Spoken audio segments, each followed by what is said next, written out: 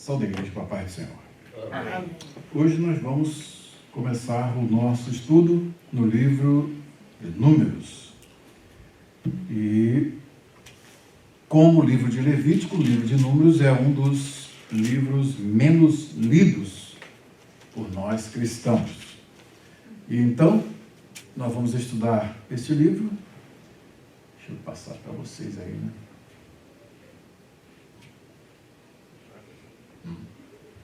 Nós vamos estudar esse livro de Números e vamos ter uma compreensão geral, né, do que se trata este livro. O livro de Números é um livro que tem por título, no seu original hebraico, Bemidbar, no deserto. No deserto indica exatamente o lugar vivencial onde todo o panorama do livro, todas as histórias do livro acontecerão. E então nós vamos trabalhar de um modo bem definido a estrutura, a macroestrutura do livro, para que nós possamos ter uma noção geral de que, de fato, o livro se trata. Como ele fala sobre esse período em que o povo esteve no deserto, né, então todas as histórias aqui estão exatamente no deserto, nessa caminhada que vai ficar entre a saída do Egito e a entrada na terra de Canaã. O livro não está situado nem no momento da escravidão no Egito e nem no lugar de usufruição, de desfrutamento da bênção na terra prometida. Ele vai ficar exatamente na intermediária.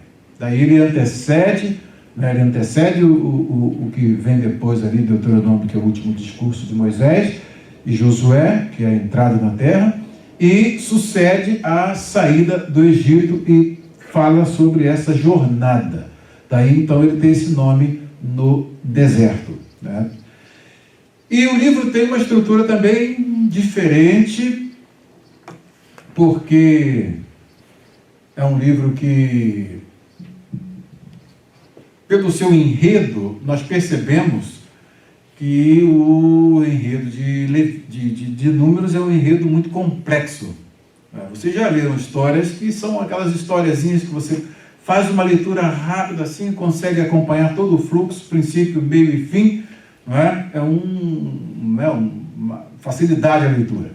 Mas se você pega uma literatura mais complexa, um conto mais complexo, imaginativo, como por exemplo O Senhor dos Anéis, não é? Como é o nome do autor? Tolkien, né? Senhor dos Anéis, né? E Crônicas de Nárnia, de quem? C.S. Lewis. São dois evangélicos, todos dois são evangélicos. Um era professor, o C.S. Lewis era professor de literatura medieval na época em que ele se converteu, era um ateu e se tornou uma das grandes vozes de defesa do evangelho. E Crônicas de Nárnia conta toda a história bíblica, porém ele faz como que na literatura, desrealiza a realidade e recria essa realidade. Daí então ele conta a mesma história do Evangelho, a vitória do leão, tudo mais, são símbolos para poder ilustrar a vitória de Jesus Cristo. E então quando você pega um drama daquele, né, que você vai pegar aquele livrão, vai acompanhar uma história, segunda história, são 7 histórias, você precisa ter uma mente bem prodigiosa para poder acompanhar o fluxo, né, do desenvolvimento da história. O Senhor dos Anéis, depois que foi para as telas do cinema, você vê que é um filme que não é qualquer um que acompanha até chegar no final, não, que é enorme, umas 3 horas de filme, uma longa-metragem. E o livro, então, é uma coisa especial, né? Uma obra muito complexa. Então, vai desses enredos mais fáceis aos enredos mais complexos. Números é exatamente um livro que trabalha essa questão de enredo, né? Então, para variar dentro do Pentateuco, é um livro que tem um enredo complexo, né? A começar das suas primeiras páginas que desanimam a qualquer leitor. Todo livro, quando começa, geralmente, né, dá aquela motivação para a pessoa começar. Você pega isso né, e faz um paralelo com o Evangelho de Mateus. O Evangelho de Mateus é um livro que você, quando começa a ler, já desanima. Né, livro da genealogia de Jesus Cristo, filho de Abraão, vai, volta lá atrás, ali já, o leitor já no primeiro capítulo já desanima, mas não sabe a coisa boa que está na frente.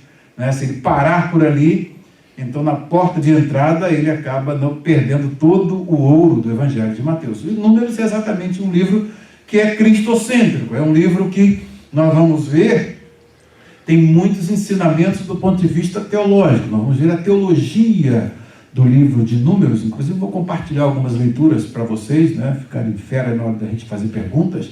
Vou compartilhar no grupo algumas leituras, né, foram leituras que eu selecionei do curso de Números que nós demos aqui, né, para os nossos alunos. Darlan participou, o Ronaldo participou, né, então nós demos um curso. Tinha um professor dando o Pentateuco, ele teve que parar em Levítico, então eu tive que pegar Números e Deuteronômio. Então eu passei isso, separei algumas leituras e falamos do livro do ponto de vista exegético, né, como é que você analisa o livro, qual é a estrutura geral do livro. E, por fim, dei para eles um sermão pregado no livro de Números, né, escrito por um autor muito bom, o Ian Doug, que fala sobre a presença de Deus no deserto. Esse livro aqui, Numbers. Pena que ainda não está em português. Mas tem um sermão dele que depois eu vou compartilhar com vocês. Já foi traduzido, eu traduzi para o nosso curso e valeu a pena. Então, é um livro que tem uma estrutura desse jeito, complexa, um enredo complexo, mas a macroestrutura do livro, para vocês terem maior facilidade de lê-lo, é a seguinte: o capítulo 1 até o capítulo 26 fala sobre a primeira geração que é recenseada aqui logo no início, que é a geração que vai ter muito a ver com a incredulidade. É a geração que sai da escravidão, mas vive no deserto uma vida seca. Ó, Vidas Secas, né? Tem um livro com esse nome, Vidas Secas. Já leram Vidas Secas? Alguém leu Vidas Secas? Tem um livro com esse nome na literatura brasileira. É exatamente a vida lá no sertão. Foi até transformado em filme. E então, essas pessoas não conseguem atinar com a vontade de Deus. E acontecem muitas tragédias, acontecem muitas mortes, embora todas elas poderiam ter sido evitadas, né? Porque logo no início você vai ter no livro de Números um manual de instruções para como caminhar no deserto até chegar na terra prometida. No capítulo 13, estou falando do capítulo 1 ao 26, tá? Então você vai ver todas essas histórias. No capítulo 13, que está exatamente na metade aí, né, vai falar sobre um episódio decisivo, que é o envio dos espias à terra prometida. Aí vocês vão ver que esse capítulo é decisivo, mas vai intensificar ainda essa geração da incredulidade, da rebeldia, a geração que não consegue viver no deserto aquilo que alguns poucos conseguiram viver, a vida de fé. Então esse primeiro capítulo é a geração da incredulidade que por conseguinte leva à morte. Do capítulo 27 ao 36, que é o final do livro, vocês vão ter uma geração de fé, que começa com as filhas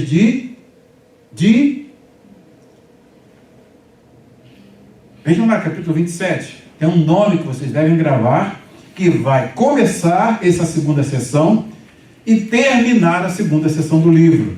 As filhas de Zé... Já deu a primeira sílaba.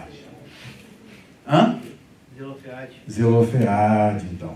Começa com elas, né? Então é uma geração que elas vão inaugurar, olha a estrutura literária, elas vão inaugurar uma nova etapa em que nós teremos ali uma geração de fé, né? E inclusive o livro vai fechar com a história delas.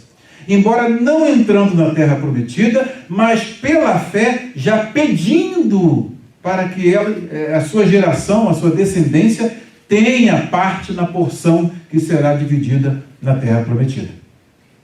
Tá? Então, a primeira parte do livro, de 1 a 26, nós vamos estudar toda uma sequência de eventos catastróficos, de eventos tristes, né, que mostram uma geração que no deserto viveu uma vida seca, uma vida desértica do ponto de vista da fé, e emergiu na incredulidade e foi soterrada e enterrada nas areias do deserto. Ao passo que do 27 ao 36, que é o final do livro, é isso mesmo? 27 ao 36, né? Último capítulo. Aí vocês vão ver que ele fecha com essas filhas de Zelofeade, porque são aquelas mulheres que, embora na perspectiva da lei tinham alguns empecilhos e a geração delas não poderiam reivindicar a porção da terra, porém, pela fé que Deus iria dar à terra, elas reclamaram a porção da sua geração lá na terra prometida. Então, é a geração da fé. Bem, e todo o livro se tem um percurso aí de 40 anos, em que a trajetória deles é uma trajetória circular, vai e volta. Mas, na realidade, vai e não volta ao princípio. Então, o que acontece? Isso que causa um certo desgaste, né, nessa geração, da primeira geração, do 1 ao 26, e essa geração tem várias interações com o Deus da aliança que não são interações boas. Por quê? Porque o coração de toda esta caminhada, né, está sendo monitorado do centro de tudo, que é o tabernáculo, onde Deus está, né, com a sua presença ali com eles. Tá? Então, toda a vida deles ali vai sempre gerar, né, a caminhada acontece quando eles param, então o tabernáculo é estabelecido, é feita a montagem, e aí então o culto é prestado a Deus, mostrando que o Senhor está presente, que o Senhor está guiando aquela caminhada, e eles poderiam ter uma caminhada bem rápida, chegarem rápido à terra prometida, se caminhassem pela fé, obedecendo aos princípios que Deus deu. No entanto, por não atentarem, por não entenderem o manual de instruções, eles acabaram, né, uma boa parte daquela primeira geração ficou ali nas areias do deserto. E isso vai ser tema retomado no Novo Testamento. Como também o livro de Números, nos seus primeiros capítulos, ele começa falando a respeito do recenseamento para o exército. Vocês viram isso? Capítulo 1, capítulo 2, né, tem esse recenseamento. Tá? No capítulo 1, o capítulo 2 fala sobre a ordem das tribos no acampamento. O capítulo 3 fala sobre os filhos de Arão e os levitas escolhidos para o serviço do tabernáculo. E logo em seguida, no capítulo que nós vamos estudar, fala sobre uma categoria menor, fala sobre os deveres dos levitas. Então, temos uma série de fatores que a gente vai considerar para analisarmos, mostrando, primeiro, níveis de sacralidade do posicionamento dos utensílios do tabernáculo. O lugar, vamos começar pela esquerda aqui, né? O tabernáculo tem do lado de fora o altar do sacrifício, que é o altar de bronze. Depois, dentro do tabernáculo, temos duas divisões. Tá? Vocês lembram quais são as duas divisões? O lugar santo e o lugar santíssimo. E há uma gradação, conforme nós vimos, dos metais que são utilizados, que vai desde o bronze ali até o ouro total, que deve ser utilizado no Santo dos Santos, porque é onde está a presença mesma de Deus.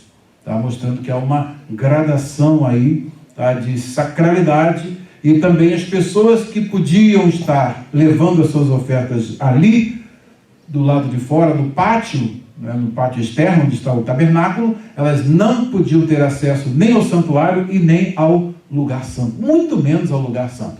E o lugar santo era um lugar tão reservado que uma vez apenas no ano é que o sumo sacerdote, a única pessoa que estava credenciada, entraria naquele lugar.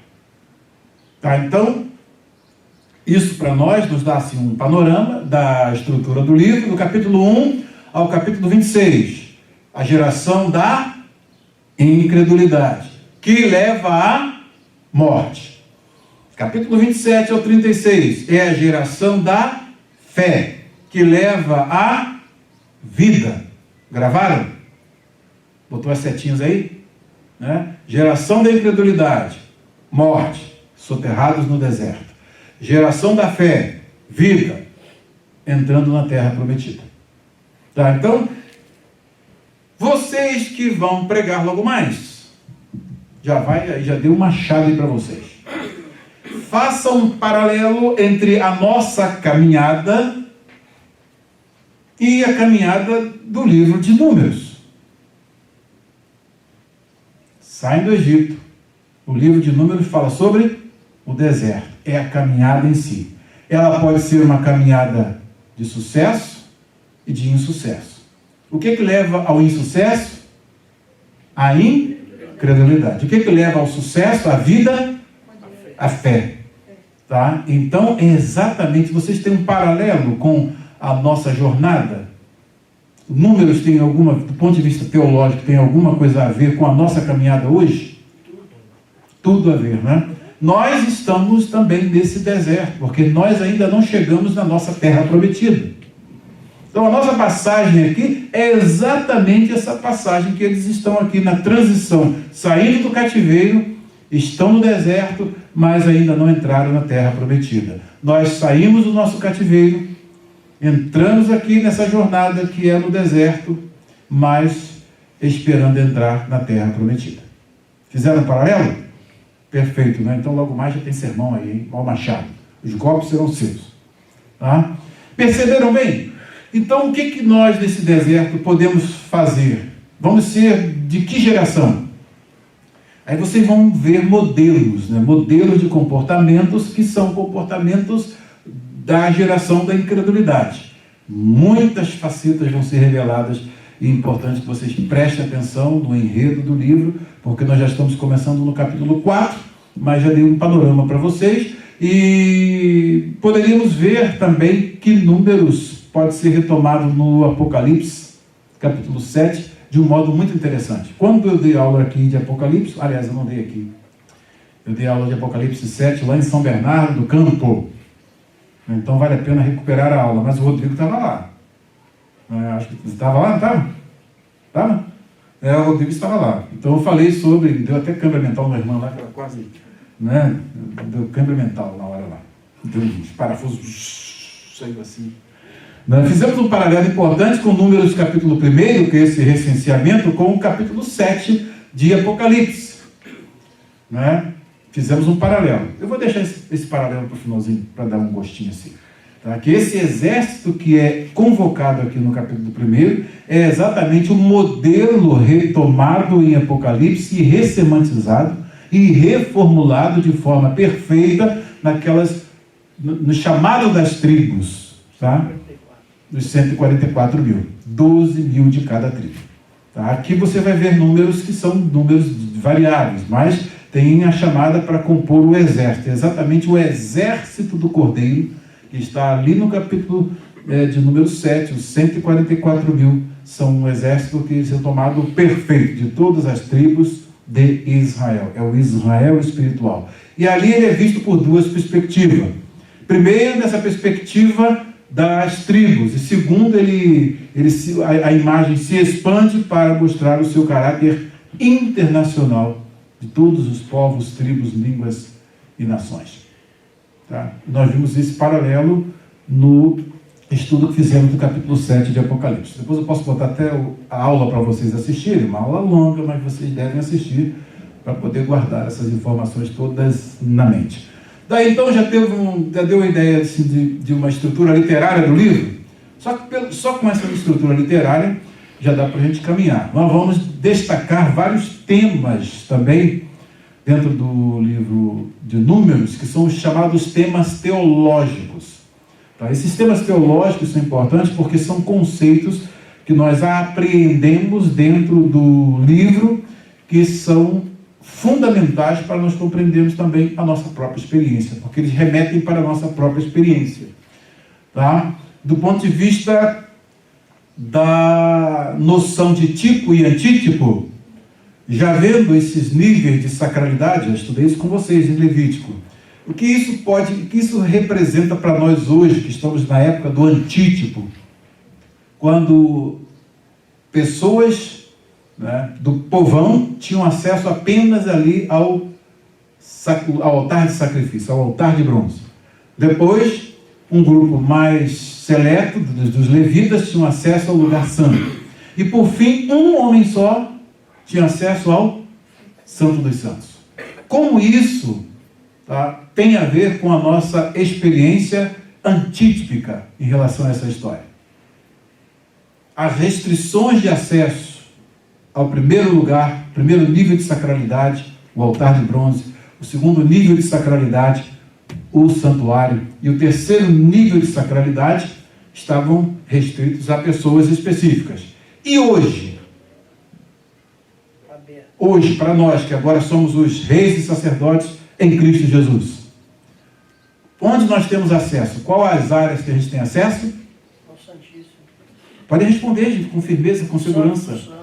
Ao Santo dos Santos? Nós temos acesso hoje ao Santo dos Santos? Tem certeza? Então prova aí na Bíblia. Você vai falar isso aí, você é evangelista, você vai falar para uma pessoa de fora, olha, aquilo que era reservado, né? Você está evangelizando os judeus, aquilo que era reservado para vocês, né? No tempo da lei, só o sumo sacerdote, uma vez por ano, agora é 24/7 para nós.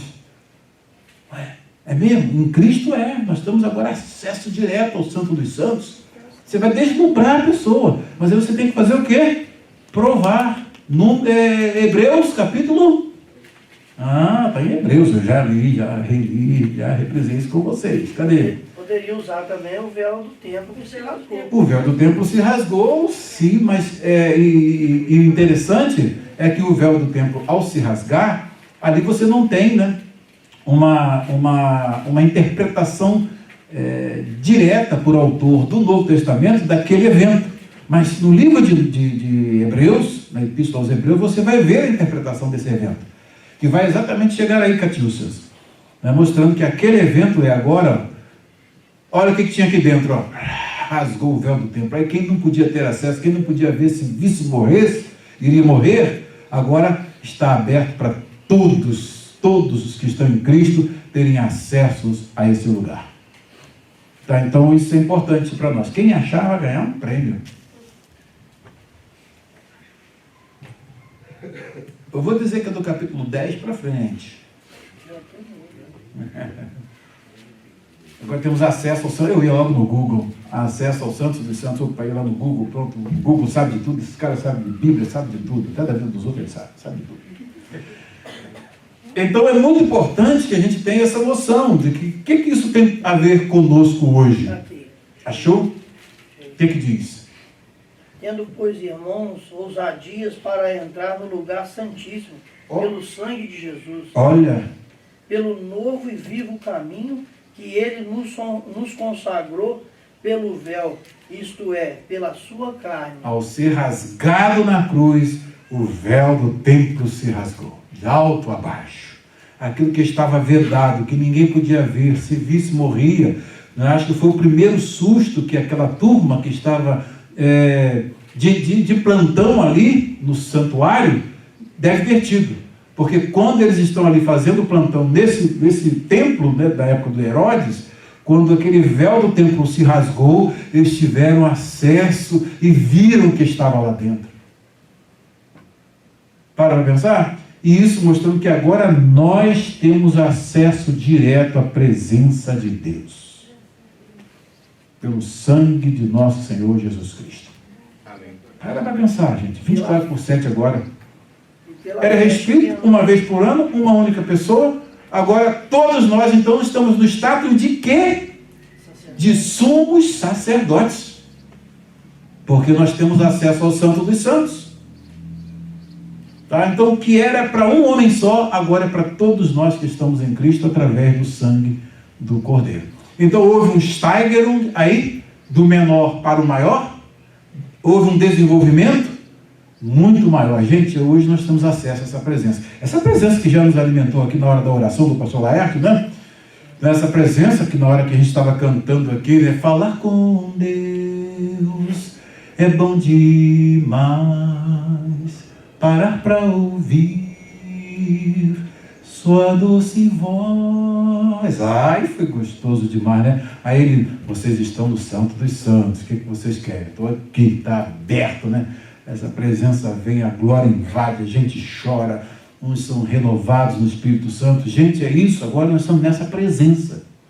O que estava, aquela presença que estava reservada para o Santo dos Santos, que ninguém podia ir, que ninguém podia entrar, alguns não podiam nem quando descobrissem o que estava ali, não podiam nem ver. Então é uma equipe que era selecionada para poder fazer aquele trabalho. O que nós vemos? Restrição. Restrição a privilégios. Aquela geração foi uma geração que teve restrições e muitas restrições ao que hoje está aberto para nós, né, escancaradamente, sem interrupção, 24/7. Né? Nós estamos com acesso direto à presença de Deus.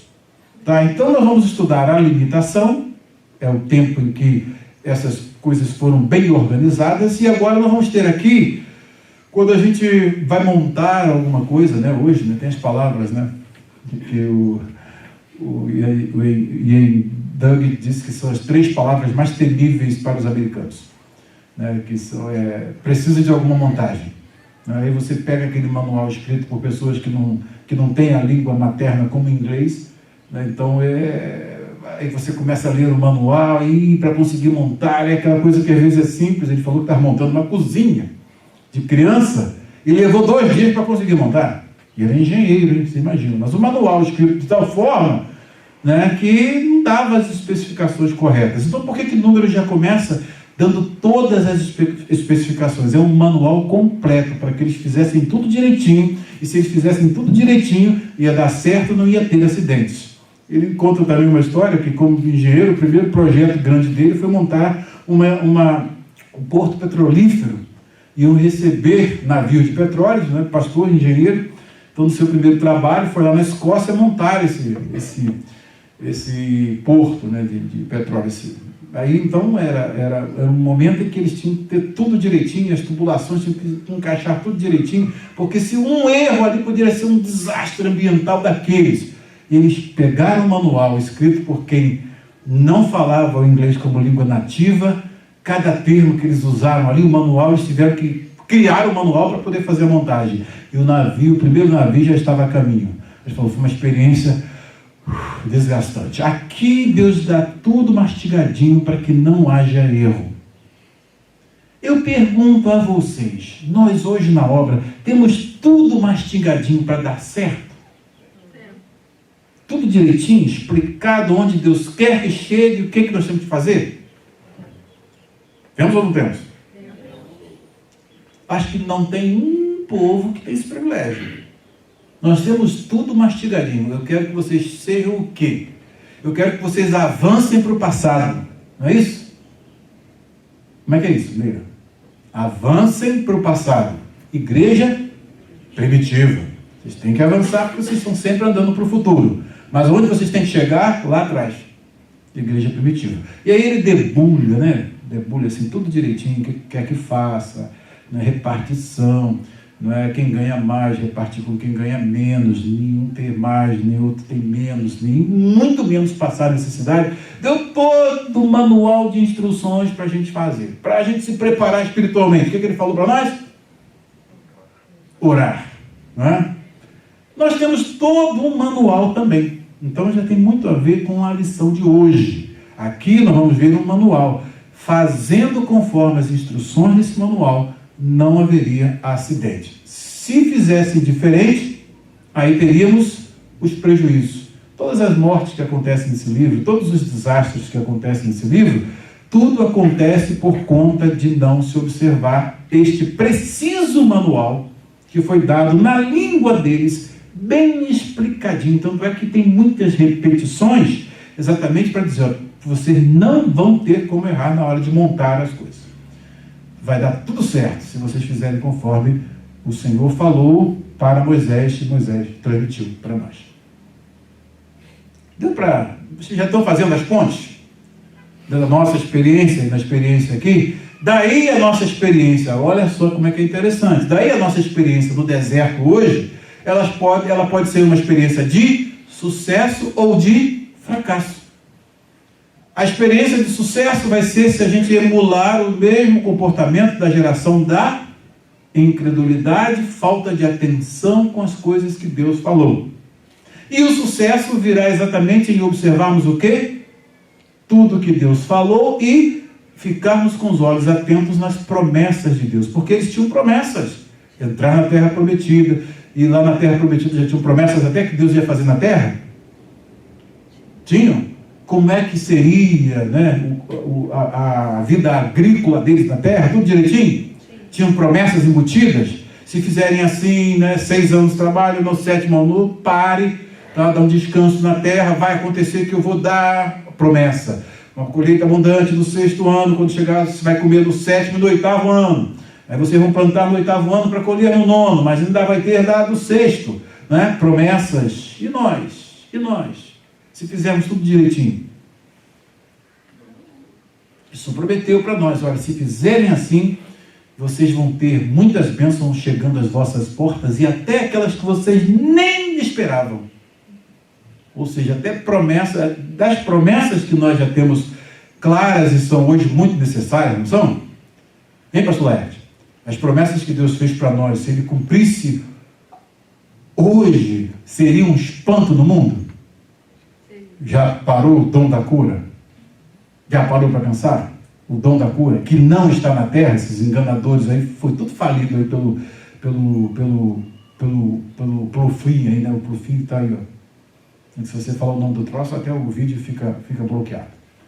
Então, o fim está aí fazendo, né? Botou todo mundo nas tocas, acabou aquele poder de derramar. Cadê o paletó que derrubava, que fazia? Cadê? Acabou. Né? Mas se Deus dá hoje, já pensou, gente? Já pensou? Se Deus dá hoje. Já parou para pensar? Só esse. Tem outros maravilhosos. Que seria um espanto no mundo, né? Olha aí, esta é a nossa hora, viu? Nós estamos então voltar ao manual. Vamos voltar ao manual, saber o que não está sendo aí, porque deu um problema na montagem. O cenário está desse jeito porque tem problemas, não estamos atendendo muito bem o manual. Então, né, quem é inteligente está entendendo a mensagem. Nós temos que voltar, reler o manual e saber onde é que nós... foi nessa etapa aqui. O Rodrigo é bom nisso, né? Como é que a gente vai fazer esse troço em coreano agora falar em português e a gente não tem habilidade com coreano? O Rodrigo pegou o quê? O manual. Ele pegou o manual em português. O manual está em português ou em inglês? Em inglês, pegou o manual, foi lá, aqui, vai por aqui, aqui mexe para o português. Está aí, ó, no português. Então o manual é importante. Então por isso que esse manual é detalhado e nós vamos começar a contagem dos levitas e seus deveres. Lição do dia 2 de maio de 2021 e vamos à primeira pergunta. Qual a primeira família que o Senhor mandou contar? De que idade para cima seriam separados e o que eles iriam fazer na tenda da congregação? Então aqui nós temos deveres, atribuições dados a certas classes de pessoas. Tá? Então, qual foi essa primeira família? Do versículo 1 ao versículo 4. Vejamos aqui no Logos Software. Agora já vai pular para Números. Livro, Números. Vamos lá, capítulo 4.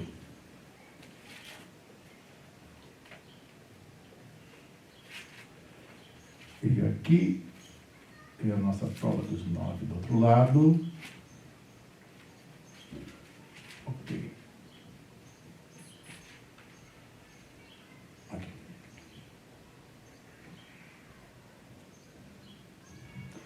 O livro começa exatamente, né? Com a mesma, vocês podem perceber que a narrativa hebraica, quando ela começa aqui com esse vav, né? Com esse vav chamado consecutivo, isso indica que está sendo uma continuidade do texto anterior. Então, quando termina o livro de Levítico, logo em seguida vem Vayedaber. Então, esse Vav aqui está indicando uma continuidade da narrativa. Vayedaber Adonai el Moshe ve el Aharon lemor. Então, falou o Senhor a Moisés e a Arão dizendo. Então, é uma sequência aqui. Tá? E no capítulo 1, nós vamos observar que, capítulo 1,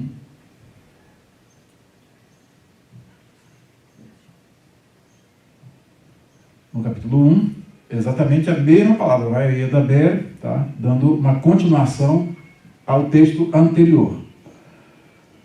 E esta palavra aqui, que dá início ao livro, ela na realidade está no meio da frase. Vayedaber Adonai el Moshe Bemidbar, no deserto, Sinai, né? Bemidbar, Sinai, Beohel, aqui Beohel Meod, na tenda do encontro, na tenda da congregação. Bemidbar aqui, Bemidbar, que é no deserto, que dá o nome do livro na Bíblia hebraica.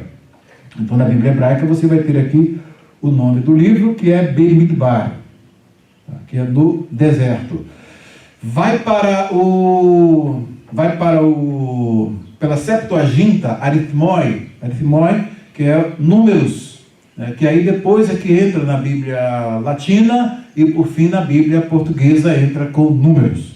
Tá? Porque fala sobre números e muito números, então os primeiros tradutores ali da Bíblia hebraica colocaram como a ênfase é que trabalha com números. Mas vocês viram pela estrutura literária que eu dei que tem muito a ver, né, com essas duas gerações aí recenseadas. O primeiro recenseamento da geração da fé e aquele segundo que é a geração da incredulidade e depois a geração da fé. Tá? Então aqui é o título do livro, Bemidbar. O capítulo 4 fala exatamente sobre os coatitas e as suas responsabilidades. Disse o Senhor a Moisés e a Arão: façam um recenseamento dos coatitas da tribo de Levi, pelos seus clãs e famílias. Contem todos os homens entre 30 e 50 anos aptos para servir, para que façam o serviço da tenda do encontro. O serviço dos coatitas na tenda do encontro será o cuidado das coisas santíssimas. Então, o foco aqui é mostrar que quem são os escolhidos? Os coatitas. E a idade deles. Qual é a idade de serviço? Entre 30 e 50. Então, eles serviam quantos anos? 20 anos. 20 anos de serviço. Tá? E eles tinham por objetivo fazer o serviço da tenda do encontro. É um manual de instrução que vocês vão ver que qual era o tipo de serviço específico que esses filhos de Levi, né, tinham dentro do tabernáculo. Qual era a função deles? Então aqui, como nós temos esse manual de instruções, ele vai dar todas as funções e o que cada um pode e não pode fazer dentro da função designada por Deus. Ou seja, estabelecer os seus limites, os seus parâmetros de comportamento para que eles possam ter uma experiência bem-sucedida ou mal-sucedida. Hein? Cumprindo direitinho, eles vão ter uma experiência mal-sucedida ou bem-sucedida? Bem-sucedida. Tá? Então, essa é a nossa primeira pergunta. Aí vamos à especificação disso. E vem a próxima pergunta. No dia da partida dos israelitas, quem estava encarregado de embalar a arca, o candelabro, as lâmpadas, os espertadores e os apagadores? Vocês lembram muito bem? Tá? Vocês lembram muito bem da figura do tabernáculo? Deixe colocar aqui para vocês. Lembra do tabernáculo? Tá? Já falamos aqui dos níveis de sacralidade, o altar de bronze, a pia, aí vem o lugar santo, depois o lugar santíssimo. Então vem à disposição aqui o tabernáculo visto de cima, à proximidade, você tem aqui o altar de bronze, o tabernáculo. Vamos ao interior do tabernáculo.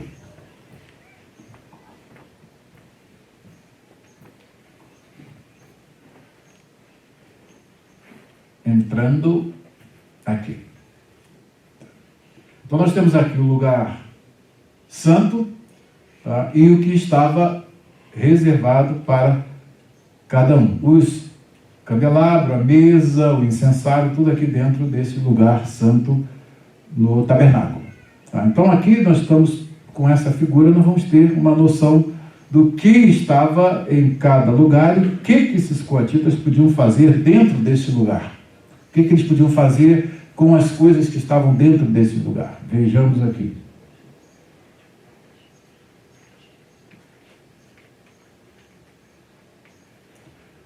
Então, no dia da partida, quem estava encarregado de embalar a arca? O candelabro, as lâmpadas, os espevitadores e os apagadores. Tá? Do 5 ao 11. Estou lendo aqui uma versão bem simples, que é a NVI, para poder nós termos facilidade aqui e não ficarmos traduzindo a tradução. Quando aparecer algum detalhe que a gente precise ver, né, que a gente precise ver dentro do hebraico, a gente vê aqui, como por exemplo a designação aqui das coisas santíssimas. Então Kodesh, né, Kodesh HaKodashim. Então esse a santidade das santidades, as coisas que são santidade de santidades, sacralidade de sacralidade. Então é a coisa santíssima, né? E essa forma em português, como é que chama? Absoluto, superlativo, absoluto, sintético. Aí você vê? Dá uma pesquisada. Tem analítico separado e sintético. Superlativo, absoluto. Isso é terminologia gramatical. Do versículo 5 ao versículo... Poxa vida, hein? Vocês vão aprender, hein? Pega um lápisinho aí. Se eu assistisse a aula, ia ficar só anotando. Dando a dica para vocês. Quando o acampamento tiver que mudar, Arão e os seus filhos entrarão e descerão o véu protetor e com ele cobrirão a arca da aliança. Então, Arão e seus filhos descerão o véu protetor. Então já tinha o véu protetor para poder eles descerem sobre a arca da aliança. Depois cobrirão com um couro. Vocês lembram aí daquela nossa análise? Falamos sobre um peixe da época. Mas não, foi o texugo, não. Não, vocês devem lembrar. Vocês estão com a memória bem... Inclusive na África do Sul, eu falei isso. Né? Parece peixe. Hein? Parece isso. Isso. Depois cobrirão a arca com couro, estenderão um pano inteiramente azul sobre ela e colocarão as varas no lugar. Sobre a mesa da presença, eles estenderão um pano azul e colocarão os pratos, os recipientes para o incenso, as tigelas e as bacias para as ofertas derramadas e os pães da presença, que devem estar sempre sobre ela. Sobre isso, tudo isto estenderão um pano vermelho e o cobrirão com couro. Depois colocarão as varas no lugar. Então isso aqui é um verdadeiro manual, mostrando tudo o que tem de fazer nas suas ordens sucessivas. O que se deve usar, o que não se pode usar, como carregar, como transportar. Tudo isso está aqui neste manual de instrução que é dado. Esse manual de instruções é muito importante porque eles tinham que fazer tudo de acordo com o que o Senhor estava especificando. Pegarão também um pano azul e cobrirão o candelabro usado para a iluminação, e as suas candeias, as suas tesouras de aparo, os seus apagadores, e todos os jarros para o seu suprimento de óleo. Em seguida o embrulharão com todos os seus utensílios numa coberta de couro e o colocarão num suporte para carregar. Então aí, quem estava encarregado de fazer isto?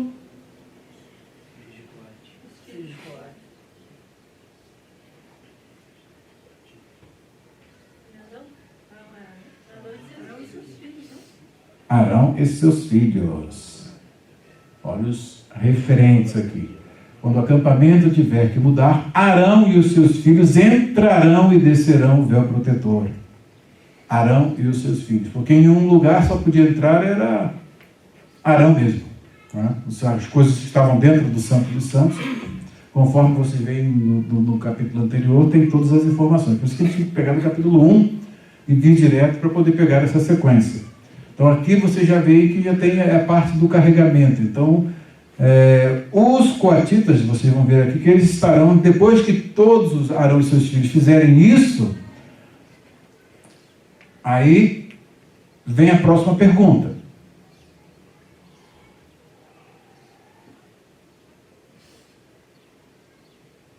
Em que eram colocados os utensílios que serviam no santuário, com que tudo era coberto e com que cobriam os utensílios que serviam no altar? Versículos 12 a 14.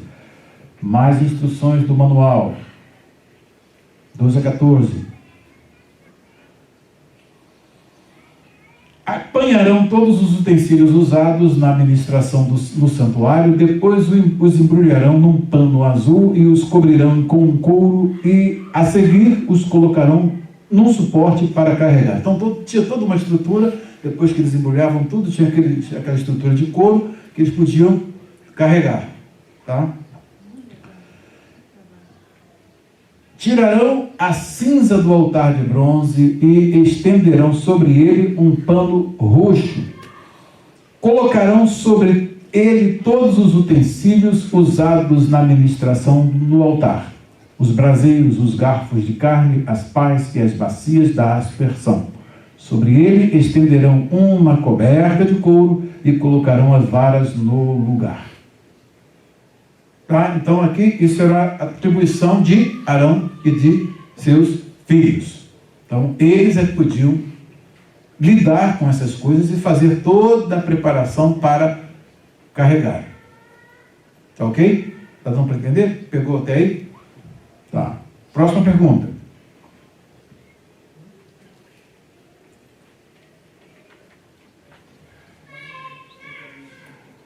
Depois que Arão e seus filhos terminavam a arrumação, qual era a missão dos filhos de Coate e em que os coatitas não tocariam e que perigo havia?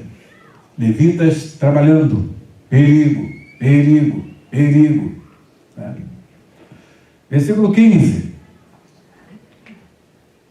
E vai até, pode chegar aqui nessa sequência aqui, até o 20.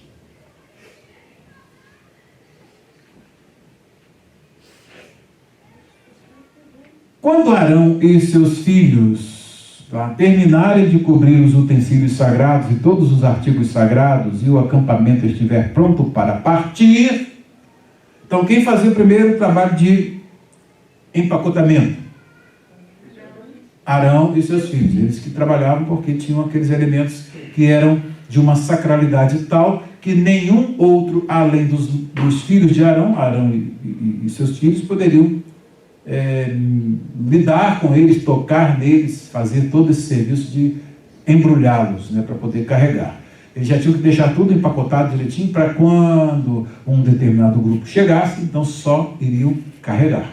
Mais nada. Quando Arão e seus filhos terminarem de cobrir os utensílios sagrados e todos os artigos sagrados e o acampamento estiver pronto para partir, os coatitas virão carregá-los. Então, os filhos de Coate, aqueles virão fazer o quê? Apenas pegar nas alças e carregar tudo que já está embrulhado em couro. Eles não tinham acesso aos objetos que estavam ali. Então, eles tinham só que carregar. Esta era a função deles. Aí diz, mas não tocarão nas coisas sagradas. Se o fizerem, morrerão. Então, já viu aquele danger lá, né? Quando aparece lá aquela alta tensão. Então você trabalha, você já tem torre de alta tensão, lá tem aquela alta tensão. Até nas torres, quando ele bota, cuidado, aqui alta tensão, tantos 1000 volts. Né? Exatamente o que está ali, eles vão carregar o negócio de alta tensão. Então, eles não podem Não poderão tocar nas coisas sagradas, e se o fizerem, morrerão. Então, o que vocês percebem aqui? Tem um nível de sacralidade. O povo poderia levar a sua oferta e entregar ao levita para poder fazer ali, o sacerdote fazer o sacrifício. Eles não podiam sacrificar. Tá? Depois, o que acontece? Vem o que acontece dentro do santuário, do lugar santo. Só uma classe de pessoas que tinha acesso ali onde está a mesa, o pão da proposição, o incensário, o candelabro. Só uma classe específica que tinha acesso ali. Esses outros não podiam ter acesso àquele lugar. E no Santo dos Santos, que é o lugar chave, o mais sagrado de todos, nesse lugar só o sumo sacerdote Arão. Tá? E os sumos sacerdotes, na sequência, na linhagem de Arão. Então vocês veem o que? Restrições, e temos o que? Níveis de sacralidade, e as pessoas que têm nível de sacralidade necessário para fazer determinadas coisas. Tá? E isso é importante. Então essas atividades estavam restritas. Vamos dar um pulinho para os nossos dias? E hoje? Hoje.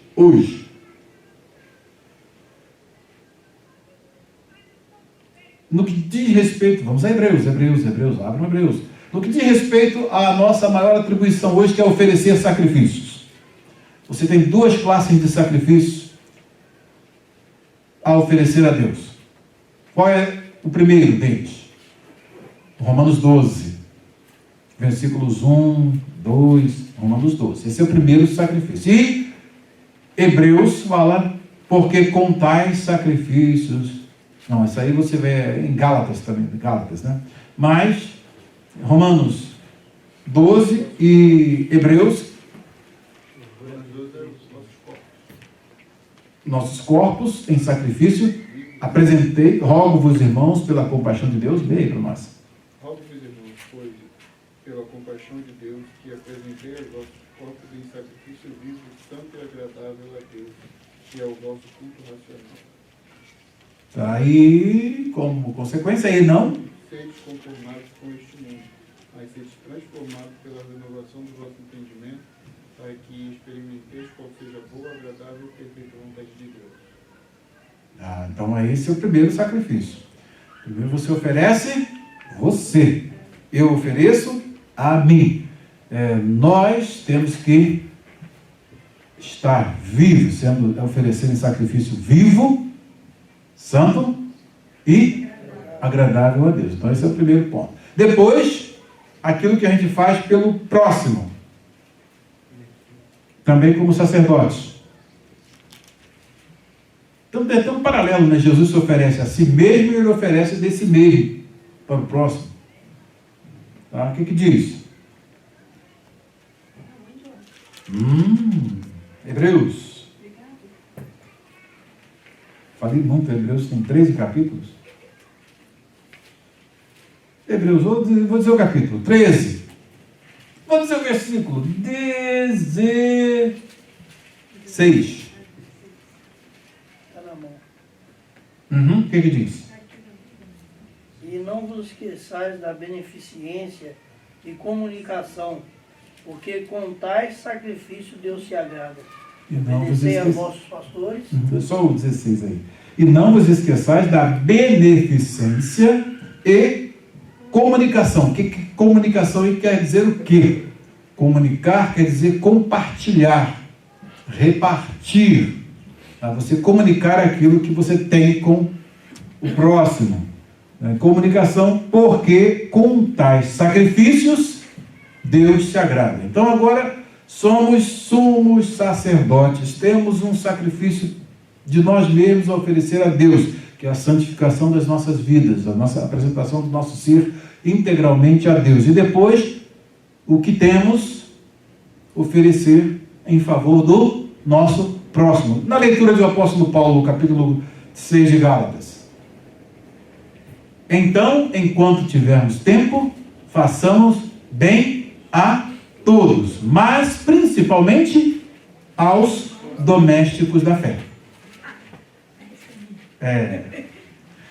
Perceberam bem?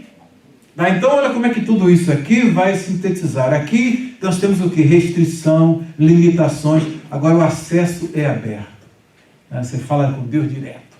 Não precisa mais do sumo sacerdote. Agora você já tem um sumo sacerdote que está lá do lado para receber a sua oração. Cheguemos, pois, com confiança ao trono da graça para alcançarmos graça e acharmos misericórdia a fim de sermos ajudados em ocasião oportuna. Então você agora tem livre acesso. Só tem um mediador e o mediador já está lá, do lado. E ele ainda diz assim, não é que eu vou rogar ao Pai, não, porque o próprio Pai nos ama. Puxa, melhorou mais ainda. Facilitou mais ainda. Ou seja, Jesus chega, faz isso pela tanta, Senhor, faz, Senhor, tem misericórdia, faz. Não, ele diz assim, não vou nem eu digo que eu vou rogar ao Pai, não, porque o próprio Pai vos ama.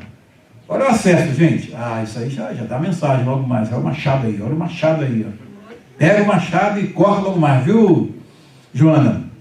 Vamos ver. Percebem bem? Nós estamos com esse tesouro. Então, dessa mudança que há aqui, tá? Você não pode tocar nisso, você não pode nem ver. Está todo restrito aqui. Tem, né? Agora não, todos nós, é o sacerdócio universal dos crentes. Todos os crentes têm acesso ao mesmo lugar e o mesmo nível de acesso. E aonde você estiver, você tem acesso ao trono de Deus. Não precisa de ninguém chegar lá para poder fazer uma oração por você. Você tem acesso direto. Você é sacerdote, sacerdotisa do Deus Altíssimo. E olha que título bonito, hein? Sacerdotisa do Deus Altíssimo. Sacerdote do Deus Altíssimo. É esse acesso que hoje está aberto para nós.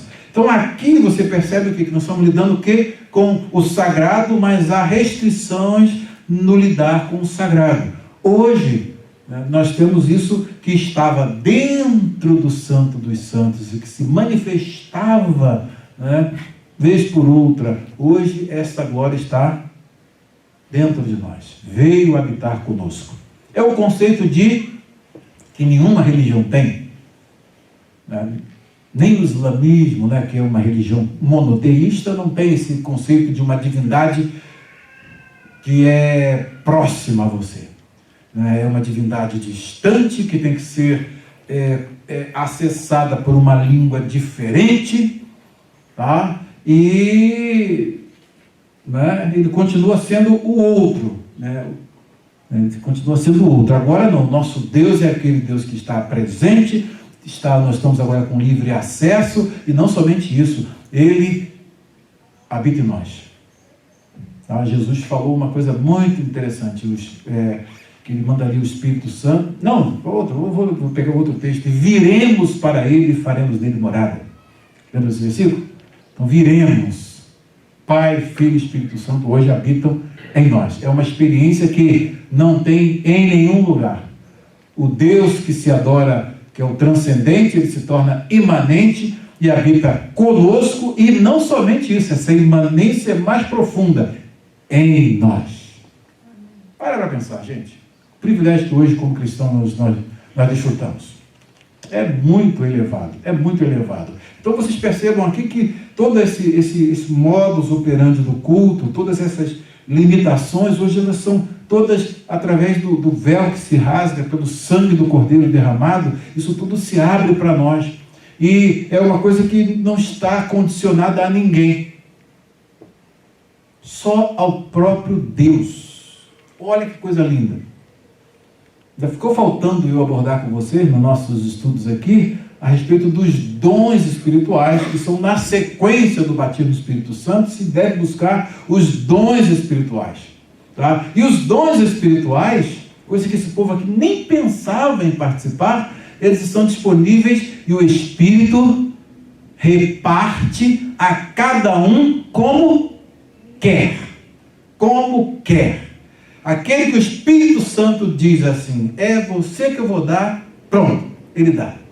Não tem ninguém que pode colocar no meio, nem para poder condicionar isso, tá? Porque não tem ninguém que vai condicionar isso, tá? E nem determinar isso, quem é que vai receber. Mas Deus colocou algumas qualificativos para nós. O servo mais humilde é o que vai receber. Então a gente tem que crescer, como João Batista disse, importa que ele cresça, e que eu diminua. Tá? Ser humilde não significa que você vai ter agora, né? Poxa, o Senhor vai me dar o dom, para me dar o dom, então Vou ter que andar todo desfigurado, todo com sapato furado, a minha casa vou ter que quebrar ela toda para ficar toda velha e tal. Não é nada disso. Não vou andar com o meu carro novo, porque não é nada disso. A humildade é aqui, ó. É aqui. É um fator aqui. E humildade é um desenvolvimento do Espírito Santo na nossa vida.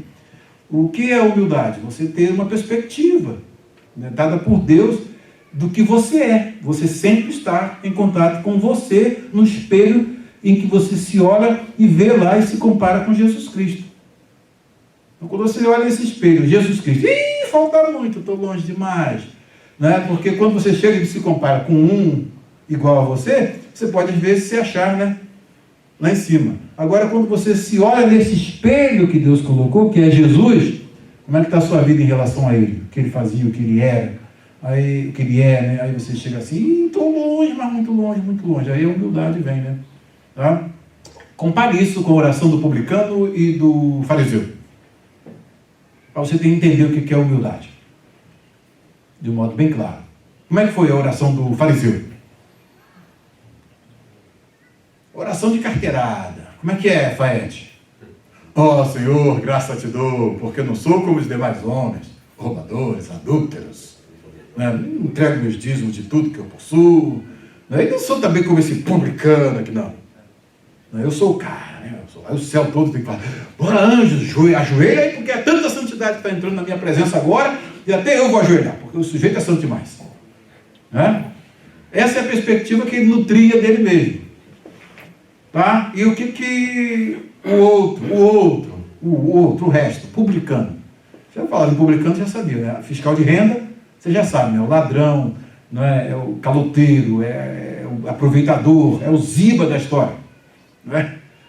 Então ele chega lá, diante de Deus, assim, não fazia nem tinha condição de olhar para o céu. Meu olho é tão impuro que eu nem vou olhar para cima, que só em eu olhar já vou sujar. Então até o meu olhar vai transmitir raios de sujeira para lá. Então eu vou ficar, nem ousava olhar para o céu. Mas fazia o quê? Batia no peito e só dizia o quê? Qual era a oração dele? Tem misericórdia de mim, ó Deus. Só isso. Tem misericórdia de mim, ó Deus. Ele estava vendo o que? A sua miséria, o que ele era. Ele estava se vendo no espelho de Deus. Então ele se vendo no espelho de Deus, ele tinha humildade para reconhecer que não era nada, era um trapo de imundícia. Tá? E aí o que Jesus diz em relação aos dois? Um que nutria uma perspectiva espiritual falsa de si mesmo e o que nutria uma perspectiva espiritual verdadeira de si mesmo. Este humilhado, né, esses demais homens aí, esse aí, da categoria dos demais homens, que o outro disse, desceu do templo justificado. Porém aquele não precisa de justificação. Ele já estava tão justo que ele estava dando carteirada em Deus. Ou seja, as coisas que eu faço, tu tens que me abençoar, viu? Eu dou dízimo de tudo quanto eu possuo, né? Dizimava até o caminho, né? Quanto deu aí? Quanto não deu tanto? Então você para aqui. O cara era fiel mesmo. Então ele chegava, olhava para o céu assim, né? Peito estufado. O outro, murchinho. Então essa é o quê? A humildade. A humildade é você nutrir uma perspectiva correta, espiritual correta de você mesmo, à luz ou em face ou diante do espelho de Deus. E quem você vê nele? Jesus. E aí quando você olha para ele, estou longe, né? Aí você vai sempre manter a humildade. Deu para perceber? Então você sabe muita coisa, mas você olha assim, meu Deus, tem muita coisa que eu preciso aprender. Tem muita coisa que eu preciso aprender. Então você está sempre longe desse alvo. Só sei que nada sei, vai reportar lá o filósofo da antiguidade, né? Eu só sei que nada sei. Porque quanto mais você sabe, mais você vê que você tem que aprender. Quando você está ali no primário, você aprende aquelas coisinhas, aí depois, daqui a pouco, o meu desafio, eu lembro, na minha época de criança, aí agora vou entrar no ginásio. Eu tinha uma admissão ao ginásio. Ainda tinha isso na minha época, né? Admissão ao ginásio. Você tinha que fazer a 5ª série para poder entrar no ginásio ainda. Se você fosse aprovado, você entrava no ginásio. Aí você estudava só com uma professora, ou com um professor. Naquela época era só uma professora.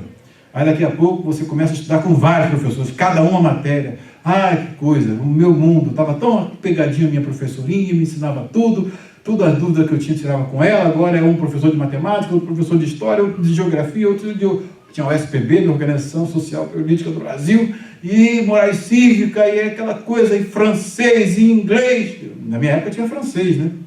Já tinha francês no ginásio. Aí, poxa, aí você, pronto, ia lá para baixo de novo. Então, o que acontece? Você vai crescendo. Aí você acabou ali, agora vem o ensino médio, o científico.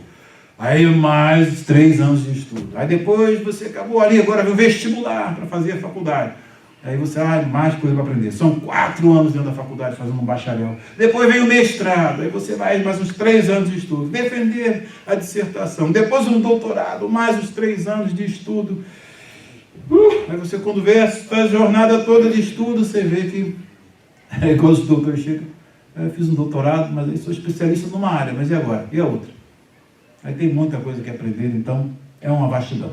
Isso vai fazendo o quê? Vai fazendo com que você seja uma pessoa humilde. Você tem os seus limites, você tem as suas limitações, isso é bom. E as pessoas mais cultas que eu conheci foram as mais humildes que eu já lidei nesse planeta Terra, viu? Cheguei lá no Andrew Jumper, fomos fazer um curso de metodologia exegética aplicada ao Antigo Testamento. O professor Tarcísio de Freitas. Então, o professor Tarcísio começou a dar aula sobre metodologia, chegou uma área que era uma área meio desconhecida para ele, né, que era aplicações da linguística à metodologia exegética de análise do Antigo Testamento. Aí sabe o que ele fez? Ele deu a primeira aula, deu a segunda. A segunda tinha que falar sobre linguística. Poxa, linguística não era a praia dele. E eu tinha feito linguística na UFRJ e conhecia muito linguística.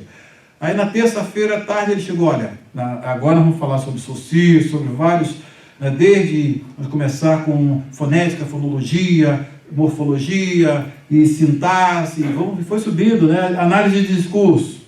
Mas sabe quem vai dar aula aqui amanhã, sabe o que é? Pastor Fabiano. E amanhã? Não deu nem tempo de preparar, mas já estava preparado. No dia seguinte, chego lá, o professor vai sentar e eu vou lá para frente para ensinar desde 8 da manhã até meio-dia.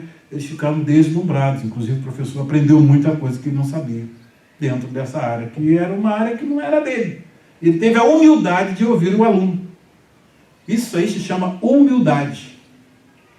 Desceu, depois na quinta-feira, aliás, na quarta-feira à tarde, ele prosseguiu as aulas e agradeceu pela contribuição. Isso se chama humildade. Humildade é exatamente isso. Então, são experiências que a gente percebe bem que vão condicionar a recepção desse dom que o Senhor falou que vai dar para nós.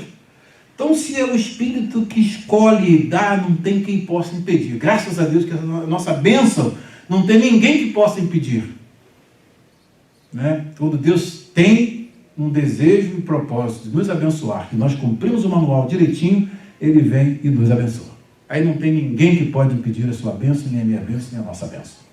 Graças a Deus por isso, que tudo nosso depende do nosso Deus. Então, voltando aqui, depois dessa viajada, voltando aqui ao texto, essas restrições, gente, hoje estão abertas para nós. A experiência que esses homens têm são uma experiência muito limitada, e cada um tem o seu limite, e agora nós estamos abertos, o Espírito Santo está aberto.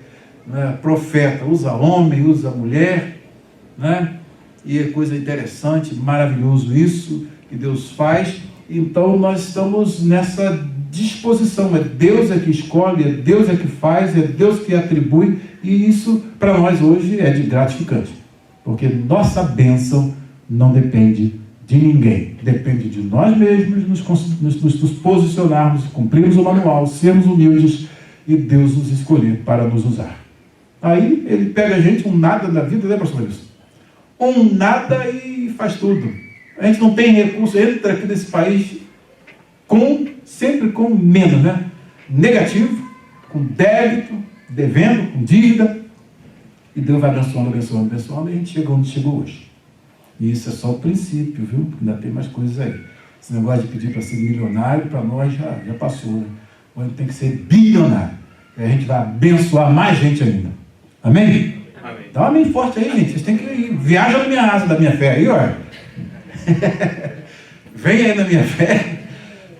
Poxa, vocês têm que vir na minha fé. Eu tenho que ficar sempre puxando a cordinha do pastor.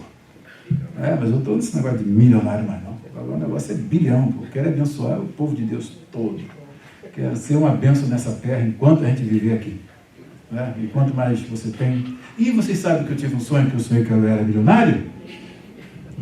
Morando num barraquinho lá na cerâmica, Deus me dá um sonho que eu ganhei tanto dinheiro, mas tanto dinheiro. A primeira coisa que eu pensei, vou acabar com esse negócio de déficit de carro. Eu comprei uma Kombi para todos os pastores. Comprei, todo mundo ganhou Kombi. E dentro da Kombi eu botei um paletó, R$500 dentro, e mais o tanque cheio, né? E aí, pronto, zerei o déficit na época Kombi, né? Então você vai mostrar a segunda época. Pronto, e ainda tinha dinheiro para gastar, para valer ainda. Meu Deus do céu. O que eu ia fazer? Não pensei em jatinho, não pensei em mansão, pensei em abençoar alguém. E eu não vi que eu não fiz nada por mim, nem um carrinho, não vi se eu comprei um carro novo para mim, nem nada, foi só isso aí. E interessante, quando eu acordei do sonho, estava ainda como se tivesse ainda acontecendo. Aí eu olhei, né, a gente vai na conta, né, dá uma olhadinha assim, cadê? Mas vai chegando. É um sonho que a gente fala assim, Luciano, não quero que acabe. Não quero que acabe. Vamos lá, gente. A próxima pergunta. Meu Deus, pastor?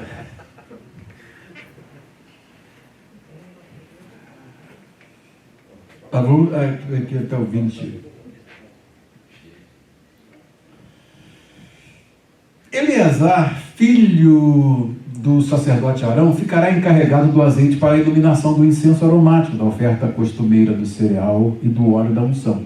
Ficará encarregado de todo o tabernáculo, de tudo que nele há. Isto é, seus utensílios e seus artigos sagrados. O Senhor disse ainda a Moisés e a Arão: não permitam que o ramo dos clãs dos coatitas seja eliminado dentre os levitas. Mas tão significativo, né? Só para carregar. O Senhor se preocupar em não fazer com que eles desapareçam. Preocupado com os carregadores. Eles eram apenas os carregadores. Mas para que continuem vivos e não morram quando se aproximarem das coisas santíssimas. Então, como é que eles iam fazer para que eles não fossem eliminados? Não podiam tocar e nem ver as coisas que estavam reservadas só para os filhos de Arão. Então aí eles tinham que ficar dentro dessa limitação. Ó o manual, o manual de instruções está bem claro, né? Bem claro. E diz: Arão e os seus filhos entrarão no santuário e designarão a cada homem a sua tarefa e o que deverá carregar. Os coatitas não entrarão para ver as coisas sagradas, nem por um breve momento, para que não morram. Então tinham essa restrição. Então vocês veem que nós estamos trabalhando dentro de um sistema que o lidar com o sagrado tinha aquelas limitações. E essas limitações, elas são tais que elas poderiam ser tão perigosas que poderiam levar à morte.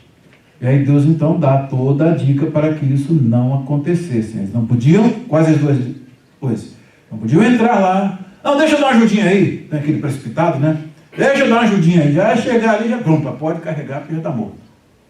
Né? E o que é isso aí? Pode carregar que já está morto. Percebe? Olha só a coisa.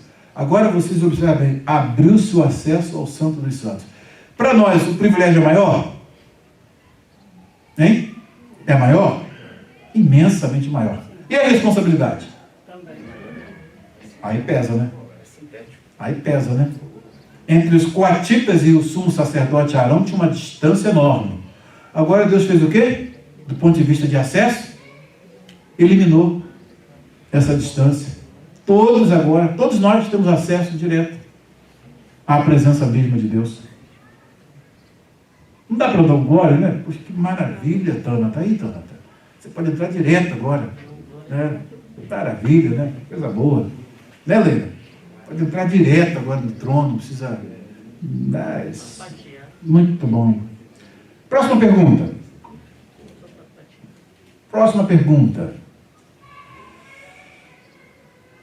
Qual a segunda família que foi contada, de quantos anos para cima seria cada um deles na tenda da congregação e quais os utensílios que eles levariam?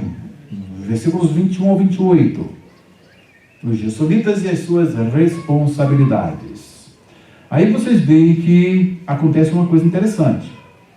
Versículo 21 ao 28. E o Senhor disse a Moisés: faça também um recenseamento dos gersonitas pelas suas famílias e clãs. Conte todos os homens de 35 anos, de 30 e 50 anos, aptos para servir, para que façam o serviço da tenda do encontro. Este é o serviço dos clãs dos gersonitas. Então, o manual, vocês observem bem, para que façam o serviço da tenda do encontro. Aí, se para aí, o que podia dar? O que esse manual estaria completo? Mas tem uma cláusula que vai ampliar qual é o nível de acesso que esses gersonitas teriam. E se não tivesse no manual, o que iria acontecer? Olha só. Este é o serviço dos clãs gersonitas, o que devem fazer e carregar. Eles levarão as cortinas internas do tabernáculo, a tenda do encontro, a sua cobertura, a cobertura externa de couro, as cortinas da entrada da tenda do encontro. Gerson era o filho mais velho, não é? Vejam aí de Arão, vejam aí. Gerson era o filho mais velho, os Coates já eram mais novos. Vocês lembram que Deus fez essas mudanças assim?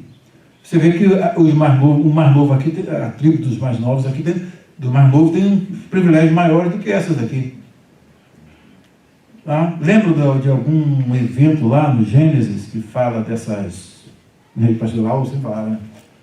Abençoar a mão aqui, aí mudava a mão assim, lembra? Lembro. Quais? Jacó abençoou. Jacó e Esaú. Mais outro?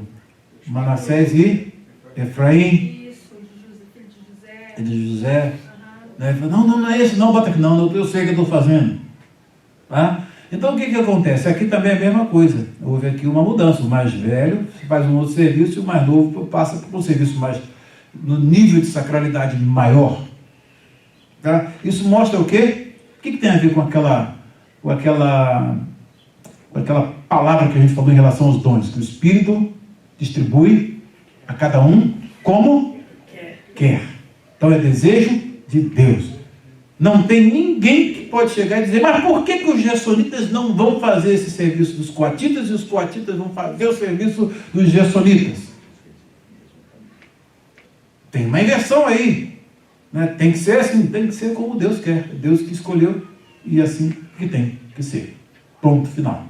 Vai fazer então o serviço que não é para fazer. Aqui no nível de sacralidade acontece que tem essas limitações. E fazer o bem hoje? Estamos limitados a fazer o bem? Estamos ordenados a fazer o bem, né?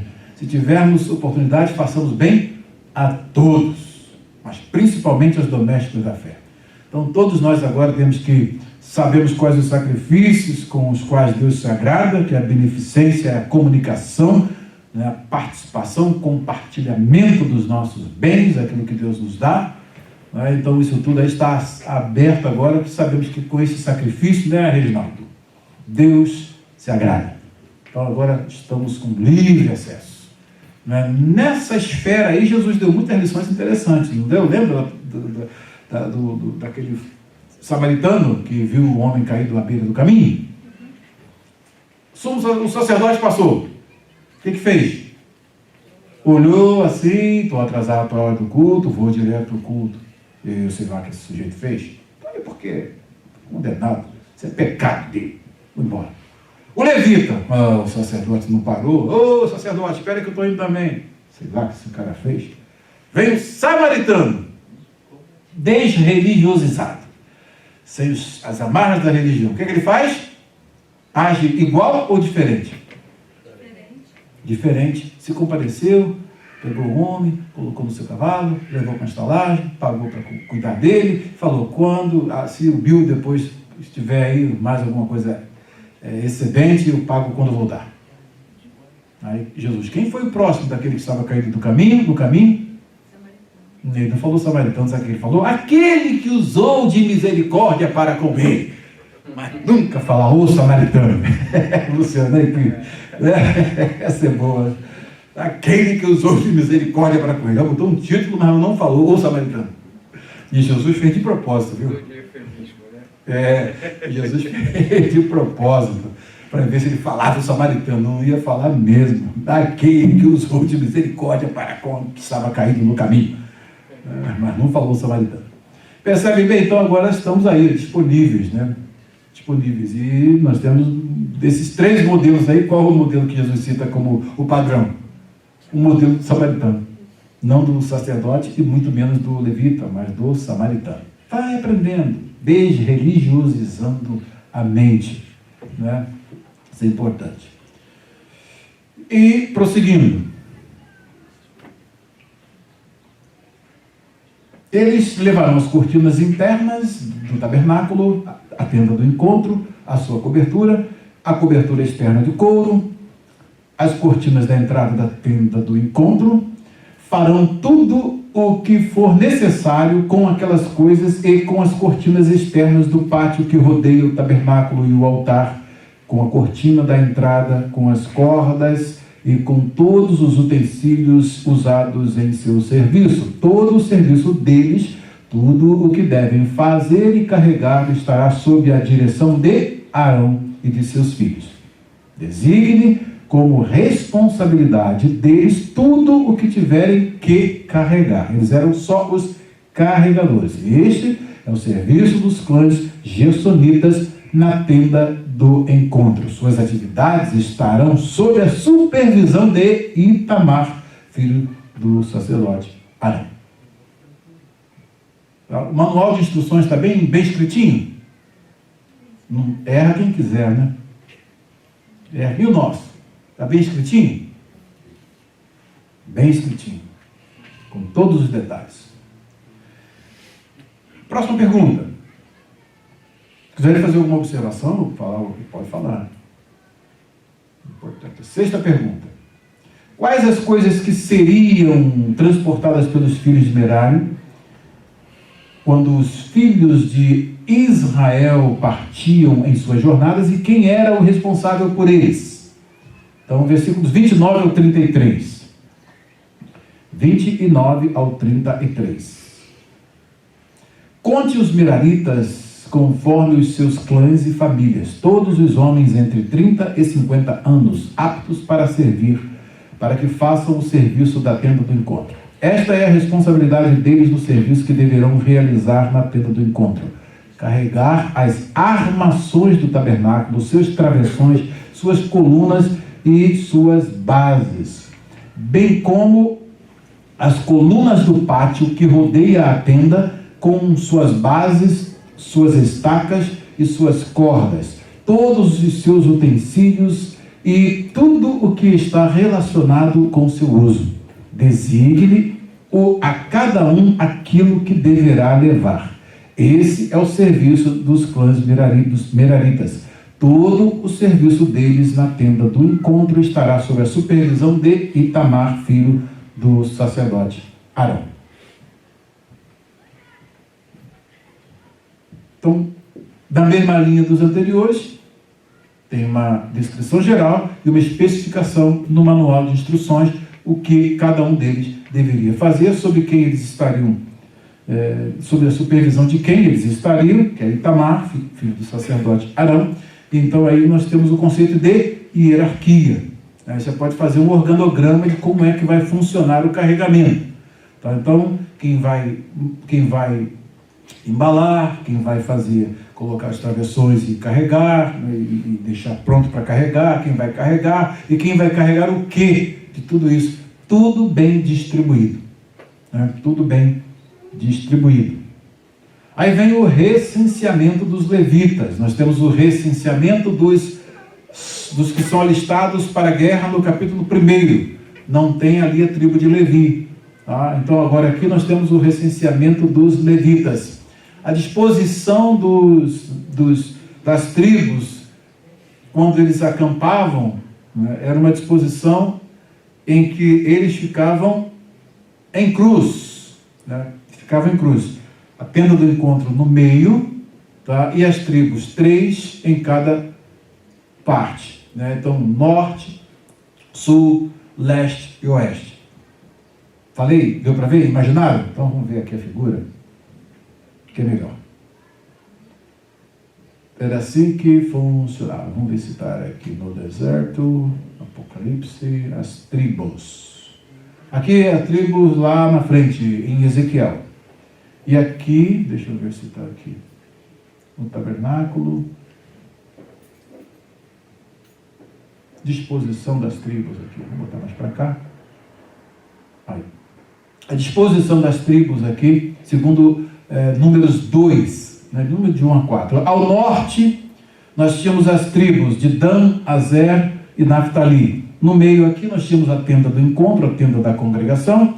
Depois nós tínhamos ao leste aqui, ao sul, vamos aqui embaixo, tá? Gade, Simeão e Rúben. E tínhamos aqui ao leste, Judá, Issacar e Zebulon. E ao oeste, Efraim, Manassés, faltou um S, e Benjamim, faltou N. Na hora de fazer a figura que comeu aqui na hora de imprimir, ficou sem a terminação. Ok? Então aqui era a disposição das tribos em relação ao santuário. O que nós percebemos aqui? Todas as vezes que eles paravam, as atenções estariam todas voltadas para quê? Para o santuário, para a tenda do encontro ou a tenda da congregação. Tá? Então esse era o lugar, era o centro da vida. Deus queria dizer para eles, o centro da vida de vocês está aqui, na relação comigo, na aliança comigo. A vida de vocês só vai ter sentido, sucesso e bênçãos se vocês mantiverem a aliança e mantiverem os requisitos da aliança em funcionamento, para que vocês recebam as sanções positivas da aliança, que são as bênçãos. Porque tinham as sanções negativas da aliança, que eram as maldições. Tá? Então, isso aqui é importante porque vai dizer para eles, isso aqui era todas as vezes que eles paravam e a tenda do encontro era montada, então eles tinham agora, vai voltar a funcionar aqui o lugar em que vocês, todas as atenções devem estar voltadas para ele. Tá? Então isso aí foi intermitentemente, eles se levantavam, faziam todo aquele preparativo, já sabia que ia embalar, já estava tudo orientado pelo manual de instruções. E o coração da nação estava ali, é o templo. Qual é o coração da nossa vida aqui nos Estados Unidos? Hein? A nossa vida aqui, da igreja aqui. A obra de Deus. A obra de Deus. E, por enquanto, né? É o templo aqui. Daqui que vieram e estão vindo todas as nossas bênçãos espirituais, né? Nós temos tido em função disso aqui. Né? Em função disso aqui. Isso aqui mudou a nossa vida. O santuário aqui mudou a nossa vida. E a nossa vida hoje não são os shoppings, não são os lugares onde a gente vai. É esse lugar aqui, que é o lugar onde Deus nos dá a oportunidade de termos, né, um encontro especial com Ele todos os dias, essa relação que a gente tem com Ele. Né? Então o santuário é um lugar que a gente tem como prioritário. E graças a Deus que o Senhor nos abriu a mente e nos abriu a porta para a primeira coisa que a gente fazer aqui, né, comprar um santuário. E abriu esse lugar aqui para nós, viemos aqui a primeira vez. Quem veio aqui a primeira vez? Quem lembra de ter vindo aqui? Veio, Ronaldo? Veio, né? Então levanta a mão, mano. Olha, James veio, Maria Antônia veio. Né? Entramos aqui a primeira vez, lembra como é que era? Na frente, desbotada, aí, chegamos aqui, tinha um tanque. Poxa, um negócio tão fácil aqui, tinha uma piscina aqui para batizar, um batistério aqui, poxa, maravilha, quentinha água. Né? Desmontamos tudo, vamos para o rio. Entendeu? E isso aqui foi o nosso centro. Qual a primeira coisa que nós fizemos aqui, antes de nós? Quitar a casa de Deus. Foi prioridade. Não é isso? Quitamos a casa de Deus. A partir daí, a vida da gente mudou, né? Já estava bom, mas aí, Senhor, né? Aí agora a tribulação fez assim, né? Um caminho assim, né? Aí fez assim, E agora a bênção tem. E a gente vai botar. Onde a gente vai botar isso tudo? Rodrigo? Vocês já estão na bênção, já vieram para cá. Nosso desafio aqui inicial não foi mole, não, rapaz. Desafio de fé. Então nós estávamos no deserto, mas usando a fé. Lá na cozinha na época de Diácono Laerte, né, pastor? Foi ali que a gente decidiu comprar esse templo aqui. Não estava todo mundo com dinheiro não, viu, gente? Foi fé mesmo. Teve gente que pegou uma nota emprestada, né, pastor Léo? Pegou emprestado. Brincadeira não. Vendi meu carro, botamos tudo aqui, ó. Né? Porque o coração, olha o coração. É o templo, é o lugar aqui, da nossa vida aqui, o lugar. O que tem mais importante para nós aqui? São os lugares bonitos que tem nos Estados Unidos? Não, lugar. Para nós, a nossa vida é aqui que nossos filhos estão crescendo, estão sendo abençoados, então o centro da nossa vida está aqui. E esse lugar que era colocado sempre no centro da vida e as tribos dispostas desse jeito, mostra o caráter de organização de Deus, ao mesmo tempo dizendo, olha, é daqui que vai partir todas as bênçãos para vocês. Não esqueçam desse lugar, não. É aqui. Aí Deus sempre tinha aqueles momentos que eles tinham que vir, né, para poder se encontrar lá. Percebe? Então, a gente percebe que isso tem muita relação com o que nós estamos vendo hoje. Tudo que nós estamos desfrutando hoje é produto de nós centralizarmos primeiro a vontade de Deus e o tempo que Ele nos deu. Esse é o primeiro, né? Esse é o primeiro. Agora, com essa onda aí do flu aí, né? Do flu-flito aí, né? Aí você vai não ter tempo aí para comprar baratinho daqui a pouco, né? Que vai tudo parar mesmo, os pessoal tudo parado, daqui a pouco já não tinha antes, né? O pessoal já não ia mais para a igreja, para o templo, né? E agora mesmo com essa onda do flu aí, meu amigo, já era. Os templos vão ficar tudo à venda aí baratinhos. Vai ser a nossa época, a nossa hora de avançar, né? É a nossa era de avançar. Se você falar o nome do troço, o vídeo eles dão O Luciano está confundido aqui. Hã? Confundido com o que, Luciano? Entendi frango frito. Frango frito, rapaz, é a hora do almoço. 11h57, entendi a mensagem. Depois ficou assim, frango frito. Eu entendi. Mas é isso, o centro de tudo é o santuário. Então, graças a Deus que nós chegamos aqui, nós priorizamos isso, né? Procuramos nada para nós, em benefício nosso, nós investimos tudo aqui. Foi um investimento alto, foi para aquela época, para hoje já é alto, imagina naquela época, pegar $75 mil, imagina aí a cifra. Mas Deus nos deu fé, né, pastor Léo? Deus nos deu fé, foi pela fé mesmo, viu? Foi pela fé. E éramos poucos, não era essa multidão. Aqui já fala até multidão, né? Eram poucos que entraram para poder segurar essa corda aí na época.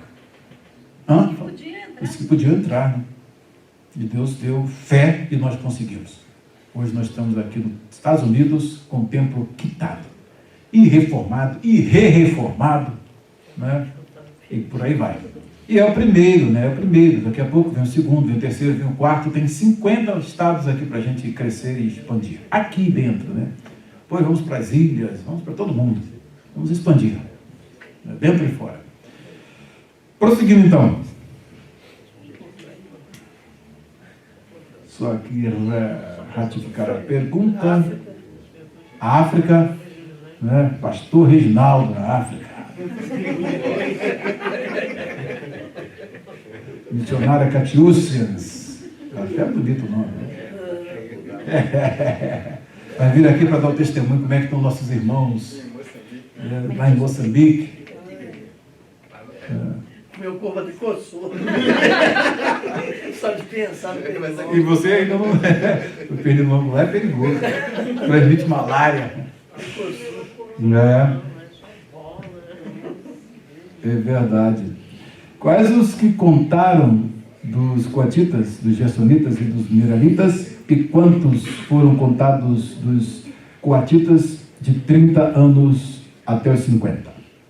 O recenseamento dos levitas. Vamos lá do capítulo versículo 34 ao 37. Estamos terminando. Vocês estão... o cheirinho realmente está subindo. O cheiro suave as minhas narinas aqui. O cheiro suave as minhas narinas. O recenseamento dos levitas. Moisés e Arão, os líderes da comunidade, contaram os coatitas conforme os seus clãs e famílias. Todos os homens entre 30 e 50 anos, aptos para servir, para que fizessem o serviço da tenda do encontro, dentro daquelas determinações do manual de instruções. Foram contados conforme os seus clãs 2.750 homens. Esse foi o total de recenseados dos clãs coatitas que serviram na tenda do encontro. Moisés e Arão os contaram de acordo com a ordem do Senhor, anunciada por Moisés. Então, 2.750.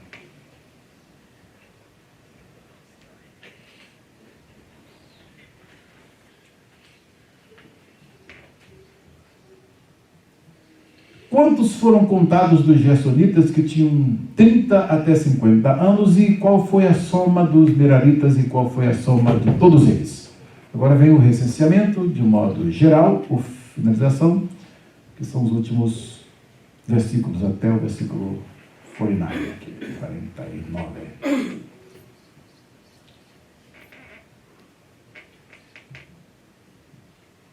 Os gersonitas foram contados conforme os seus clãs e famílias, todos os homens entre 30 e 50 anos, aptos para servir, para fazer o serviço da tenda do encontro, foram contados conforme os seus clãs e famílias, 2.630.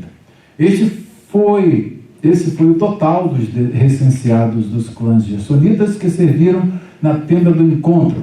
Moisés e Arão os contaram de acordo com a ordem do Senhor. Os meraritas foram contados conforme os seus clãs e famílias, todos os homens entre 30 e 50 anos, aptos para servir, para fazer o serviço da tenda do encontro. Foram contados conforme os seus clãs, 3.200. Esse foi o total de recenseados dos clãs meraritas que serviram na tenda do encontro. Moisés e Arão os contaram de acordo com a ordem do Senhor anunciada por Moisés. Interessante aqui que você vai ver o padrão. Quando você estuda hebraico, é bom esses textos, porque aí ele repete muito, você acaba memorizando até as frases que são utilizadas aqui no texto hebraico.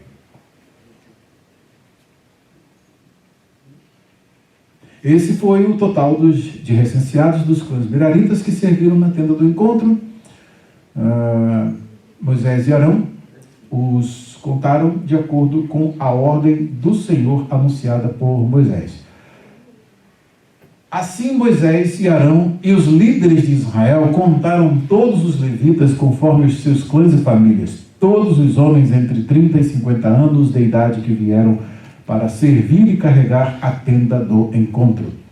E somavam 8.580, conforme a ordem do Senhor anunciada por Moisés. A cada um foi designado o seu trabalho e foi dito o que deveria carregar. Assim foram todos contados conforme o Senhor tinha ordenado a Moisés. Então aqui a gente fecha o nosso texto de hoje e o importante fizemos as aplicações logo na nossa abordagem, né? Daí, esse número que você percebe aqui no capítulo 1 de Números, que faz o recenseamento dos alistados para o exército, segundo as suas tribos, vai exatamente refletir o que é feito lá no livro do Apocalipse. Quando fizemos o estudo de Apocalipse 7, por exemplo, nós fizemos uma análise, eu fiz uma análise, escrevi um texto aqui que vai entrar no nosso comentário. Isso aqui foi lá em São Bernardo do Campo, lá nos meus estudos pela madrugada, e aí observando essas relações, né? E dessas relações, o que nós observamos aqui? Eu falei o seguinte: na lista que é apresentada lá no livro do Apocalipse, aqui no livro do Apocalipse, observe que Judá encabeça a lista, e esta lista recriada de Números 1, por exemplo, que continha o censo dos jovens convocados para integrar o exército de Israel, e apresenta ao Israel de Deus como o caráter de um exército emparelhado e disposto para a guerra messiânica do Cordeiro. Então é isso aí que está ali no capítulo 7. Judá encabeça a lista pelo fato de cumprir Gênesis 49, versículo 9, e também Ezequiel 37, versículos 15 ao 23, que falam sobre a hegemonia da tribo de Judá sobre as outras tribos, que se projeta diante da visão periférica cognitiva do profeta, tá? Como assumindo a liderança das tribos que se fundiriam numa só, de sorte que haveria apenas a tribo de Judá e todas as demais tribos fundidas nela. Também Levi entra na composição deste exército, algo alheio ao censo de potenciais combatentes do exército de Números 1. Em Números 1, Levi não entra. Aqui em Apocalipse, capítulo 7, nós vemos que Levi entra nesse exército. À luz de Ezequiel 39, versículos 15 a 23, temos que esses 144 mil, com 12 mil provenientes de cada tribo, que é uma transformação da numeração irregular do censo típico de Números 1, numa numeração recriada teológica e cristologicamente regular e idealizada em Apocalipse 7, versículos 3 a 8. Formando então a grande tribo unificada de Judá, predita, que é descrita como o povo de Deus em Ezequiel 37, 23. Assim, fica estabelecido que esses 144 mil são a grande tribo de Judá predita, ou, na linguagem do apóstolo Paulo em Gálatas 6,16, o Israel de Deus. Tá? Então, guarde bem essa informação, porque ela será muito importante nas discussões que vocês aparecerem por aí. Se aparecer algum russelita aí com aquelas ideias dele de quem são os 144 mil, e mais uma dúzia de crentes também que são perdidos e não sabem o que eles significam. Então, aqui do ponto de vista dessa reformulação semiótica, né, que é feita em Apocalipse 7, nós temos que o motif está em Números, capítulo 1. Então, ali o recenseamento do exército é recriado, e ali no capítulo 7 nós vemos que são colocadas essas tribos de um modo disposto, de um modo ideal, tá? De um modo ideal, e lá na frente vocês vão ver também esse exército do Cordeiro indo junto com ele aonde o Cordeiro vai. Então aí é muito importante, é só relembrar as nossas aulas aí de Apocalipse. Tá? Então, fechamos a nossa aula de hoje, e depois, se vocês quiserem esse texto aqui, ele vai entrar no nosso comentário de Apocalipse, mas ele está à disposição aí. E foi uma aula muito boa lá, né, Rodrigo? Deu câmera mental para poder entender essas pontes aqui, Ezequiel, com números e tal, para poder chegar em Apocalipse, mas sempre os autores ali, o Apocalipse é o clímax, né, da profecia, é o clímax da revelação, é o ponto mais alto. Então ele entra em diálogo com todos os livros, desde o Gênesis até o livro de Judas, né, a epístola de Judas, que o antecede. E ele, então, precisa de um conhecimento teológico bíblico global, desde Gênesis até o último livro escrito antes do Apocalipse. Que o Senhor nos abençoe e que nós, com essas nossas atribuições sumos sacerdotais, valorizemos a oração, valorizemos a beneficência, valorizemos agora esse acesso que nós temos a Deus, e saber que a bênção de Deus não está condicionada a ninguém, que essas restrições agora estão abertas pelo véu, que Jesus rasga a sua carne e que o seu sangue derramado nos dá esse acesso, e hoje você tem um acesso 24/7 ao lugar que era reservado a um único homem, e apenas esse homem entrava uma única vez no ano e ainda tinha que oferecer sacrifício por si mesmo. Agora nós temos já o sacrifício lá, né, e o sumo sacerdote lá, e o nosso Deus, que o sumo sacerdote não roga a ele, mas ele tem prazer de nos atender porque ele mesmo nos ama. Que o Senhor nos abençoe e que esse estudo ajude a nossa visão daqui para frente. Amém. Amém.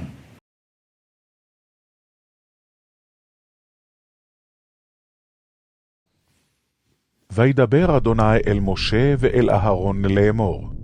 נשא את ראש בני קהת מתוך בני לוי, למשפחותם לבית אבותם. מבין 30 שנה ומעלה ועד בין 50 שנה, כל בא לצבא לעשות מלאכה באוהל מועד. זאת עבודת בני קהת באוהל מועד, קודש הקודשים.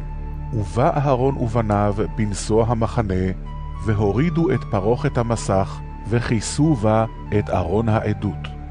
ונתנו עליו כסוי אור תחש, ופרסו בגד כליל תכלת מלמעלה, ושמו בדיו. ועל שולחן הפנים יפרסו בגד תכלת, ונתנו עליו את הקערות, ואת הכפות, ואת המנקיות, ואת כסות הנסך, ולחם התמיד עליו יהיה. ופרסו עליהם בגד תולעת שני, וכיסו אותו במכסה אור תחש, ושמו את בדיו. ולקחו בגד תכלת, וכיסו את מנורת המאור, ואת נרותיה, ואת מלקחיה, ואת מחתותיה, ואת כל כלי שמנה אשר ישרתו לה בהם. ונתנו אותה ואת כל כליה אל מכסה אור תחש, ונתנו על המות. ועל מזבח הזהב יפרסו בגד תכלת, וכיסו אותו במכסה אור תחש, ושמו את בדיו. ולקחו את כל כלי השרת, אשר ישרתו בם בקודש, ונתנו אל בגד תכלת, וכיסו אותם במכסה אור תחש, ונתנו על המות. ודשנו את המזבח, ופרסו עליו בגד ארגמן. ונתנו עליו את כל כליו, אשר ישרתו עליו בהם, את המחתות, את המזלגות, ואת היעים, ואת המזרקות, כל כלי המזבח, ופרסו עליו כסוי אור תחש, ושמו בדיו. וכילה אהרון ובניו לכסות את הקודש, ואת כל כלי הקודש בנשוא המחנה, ואחרי כן יבואו בני קהת לשאת, ולא יגעו אל הקודש, ומתו. אלה מסע בני קהת באוהל מועד. ופקודת אלעזר בן אהרון הכהן, שמן המאור, וקטורת הסמים, ומנחת התמיד, ושמן המשחה, פקודת כל המשכן, וכל אשר בו, בקודש ובכליו. וידבר אדוני אל משה ואל אהרון לאמור. אל תכריתו את שבט משפחות הקהתי מתוך הלוויים, וזאת עשו להם וחיו, ולא ימותו בגישתם את קודש הקודשים. אהרון ובניו יבואו, ושמו אותם איש איש על עבודתו, ואל מסעו, ולא יבואו לראות כבלה את הקודש, ומתו. וידבר אדוני אל משה לאמור. נשוא את ראש בני גרשון גם הם, לבית אבותם, למשפחותם. מבין 30 שנה ומעלה, עד בין 50 שנה, תפקוד אותם. כל הבא לצוות צבא, לעבוד עבודה באוהל מועד. זאת עבודת משפחות הגרשוני, לעבוד ולמסע. ונשאו את יריעות המשכן, ואת אוהל מועד, מכסהו ומכסה התחש אשר עליו מלמעלה, ואת מסך פתח אוהל מועד. ואת קלעי החצר, ואת מסך פתח שער החצר, אשר על המשכן, ועל המזבח סביב, ואת מיתריהם, ואת כל כלי עבודתם, ואת כל אשר יעשה להם, ועבדו. על פי אהרון ובניו תהיה כל עבודת בני הגרשוני, לכל מסעם ולכל עבודתם, ופקדתם עליהם במשמרת את כל מסעם. זאת עבודת משפחות בני הגרשוני באוהל מועד, ומשמרתם ביד איתמר בן אהרון הכהן. בני מררי למשפחותם לבית אבותם תפקוד אותם. מבין 30 שנה ומעלה ועד בין 50 שנה תפקדם, כל הבא לצבא לעבוד את עבודת אוהל מועד. וזאת משמרת מסעם לכל עבודתם באוהל מועד, קרשי המשכן ובריחיו, ועמודיו ועדניו, ועמודי החצר סביב, ועדניהם ויתדותם ומיתריהם לכל כליהם ולכל עבודתם. ובשמות תפקדו את כלי משמרת מסעם. זאת עבודת משפחות בני מררי לכל עבודתם באוהל מועד, ביד איתמר בן אהרון הכהן. ויפקוד משה ואהרון ונשיאי העדה את בני הקהתי, למשפחותם ולבית אבותם, מבין 30 שנה ומעלה ועד בין 50 שנה, כל הבא לצבא לעבודה באוהל מועד. ויהיו פקודיהם למשפחותם 2,750. אלה פקודי משפחות הקהתי, כל העובד באוהל מועד, אשר פקד משה ואהרון על פי אדוני ביד משה. ופקודי בני גרשון למשפחותם ולבית אבותם, מבין 30 שנה ומעלה ועד בין 50 שנה, כל הבא לצבא לעבודה באוהל מועד. ויהיו פקודיהם למשפחותם לבית אבותם 2,630. אלה פקודי משפחות בני גרשון, כל העובד באוהל מועד, אשר פקד משה ואהרון על פי אדוני. ופקודי משפחות בני מררי, למשפחותם לבית אבותם, מבין 30 שנה ומעלה ועד בין 50 שנה, כל הבא לצבא לעבודה באוהל מועד. ויהיו פקודיהם למשפחותם 3,200. אלה פקודי משפחות בני מררי, אשר פקד משה ואהרון על פי אדוני ביד משה. כל הפקודים אשר פקד משה ואהרון ונשיאי ישראל את הלוויים למשפחותם ולבית אבותם, מבין 30 שנה ומעלה ועד בין 50 שנה, כל הבא לעבוד עבודת עבודה ועבודת מסע באוהל מועד. ויהיו פקודיהם 8,580. על פי אדוני פקד אותם ביד משה, איש איש על עבודתו ועל מסעו, ופקודיו, אשר ציווה אדוני את משה.